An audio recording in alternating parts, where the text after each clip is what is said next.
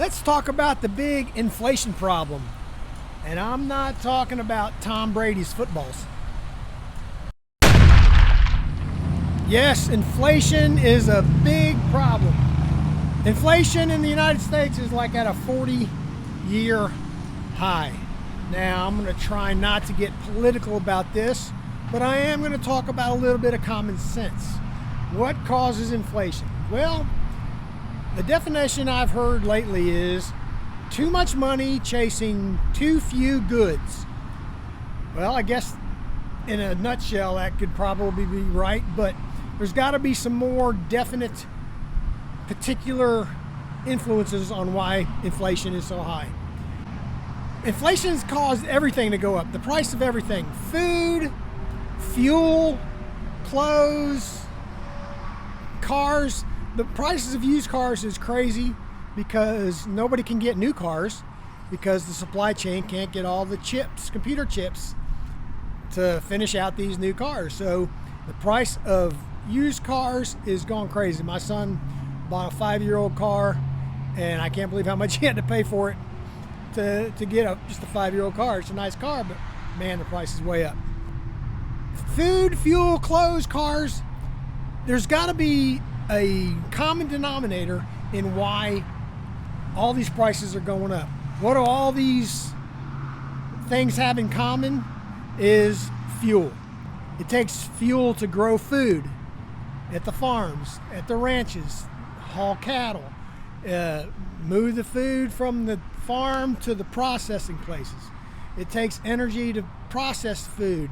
It takes fuel to move the food from the processing places to the grocery store warehouses, and then from to the grocery store warehouses to the stores.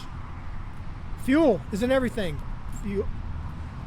Fuel is in, oil is in plastics and all sorts of composite materials to make it.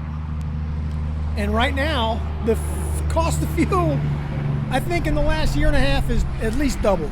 I may not be exact on that, but the cost of fuel has at least doubled. So, and they wonder why we're having all these problems. Why did the fuel cost all of a sudden go up? Well, here's where I'm going to talk about some common sense. I'm not going to say any particulars, but when you come into office and the first thing you do is shut down a pipeline or two, you start attacking the oil business, talking about how you're going to increase wind and all the other alternatives, which might be fine, but they are not ready for prime time on those alternative sources. They're just not. If you're going to shut down all the fuel processes, making fuel, digging for fuel, drilling, all that, and you wonder why the cost of fuel has gone up. I would postulate that even a war had started because we did that. If we wouldn't have done that, I don't think there'd be a war in Ukraine. Okay, so what do we do about it? Well, New York State has just recently, in the last couple of days, on June 1st, instituted a fuel tax holiday for gasoline and diesel fuel in the state of New York. It's all state taxes. There's a bunch of different state taxes in their fuel system, and they're going to make that go away for the rest of 2022. Does it help? Is it just putting a Band-Aid on a wound that needs a tourniquet? I'd probably say so, and there may be more states that will do that at some point. But they say in New York State it should at least reduce the cost 16 cents a gallon. Now that's going to help a little, right?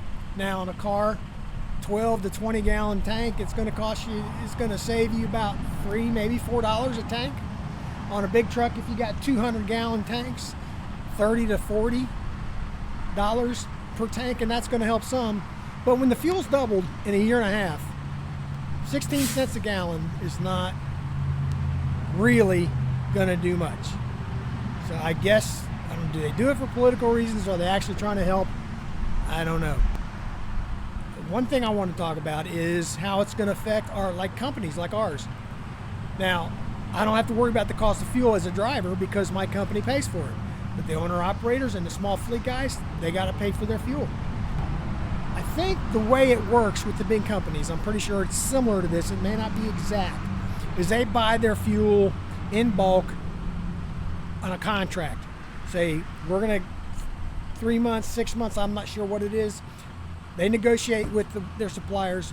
We're gonna pay so much per gallon for the next 6 months, and that's what it is.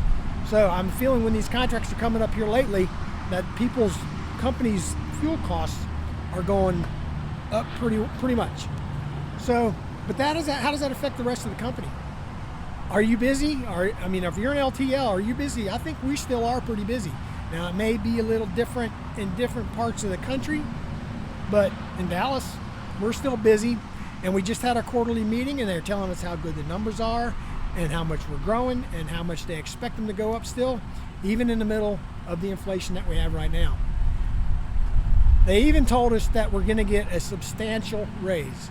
We usually get, I think, 2 cents a mile in line haul, and they said it will be substantial, which would tell me it would be more than 2 cents per mile.